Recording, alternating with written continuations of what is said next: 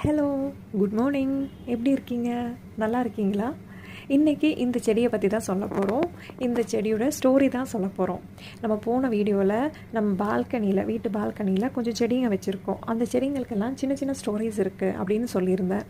ஏன்னா நான் எப்படி கலெக்ட் பண்ணேன், எனக்கு எப்படி கிடச்சிச்சு, எப்படி வளர்த்தி எடுத்தேன் அப்படின்றதெல்லாம் இருக்குது.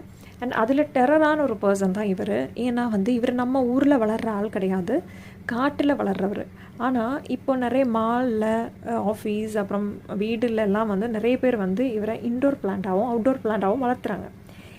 இந்த பிளான்ட்டை இப்படி பார்த்தா உங்களுக்கு அதோட நேம் தெரியாது, நான் சொன்னால் மட்டும்தான் தெரியும். ஏன்னா இப்போ பார்க்கும்போது மணி பிளான்ட் மாதிரி தான் இருக்குது. இதோட பேர் மோன்ஸ்டெரா பிளான்ட். இந்த பிளான்ட்டோட லீஃப் எப்படின்னா ரொம்ப பெருசாக இருக்கும், சீஸ் மாதிரி இருக்கும். அப்படியே நிறைய ஸ்ப்ளிட்ஸும் ஹோல்ஸ் எல்லாம் இருக்கும். நான் 2 கையால் பிடிக்கணும், அந்த அளவுக்கு பெருசாக இருக்கும். நானும் என் ஹஸ்பண்டும் பையனை ஸ்கூலில் ட்ராப் பண்ணிட்டு அப்படியே வெஜிடபிள்ஸ் எல்லாம் வாங்கி அப்படியே இளநீர் குடிச்சிட்டு வீட்டுக்கு வருவோம். எப்போவுமே போகிற ஸ்போர்ட் தான். ஆனால் அந்த இடம் பூரா இவர் தான் இருந்திருக்காங்க, நான் பார்த்ததே கிடையாது.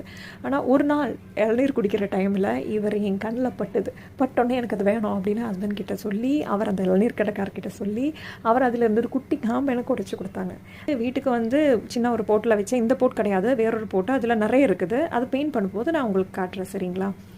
அந்த போட்டில் வச்சு ஒரு 6 மந்த்ஸ் கிட்ட அசையவே இல்லை. லீஃப் எல்லாம் அப்படியே போயிடுச்சு, வளரவே இல்லை. அதுக்கப்புறம் வின்டர் சீசன் வந்ததும் சின்னதாக ஒரு லீஃப் படப்படான்னு வளர ஆரம்பித்தாங்க.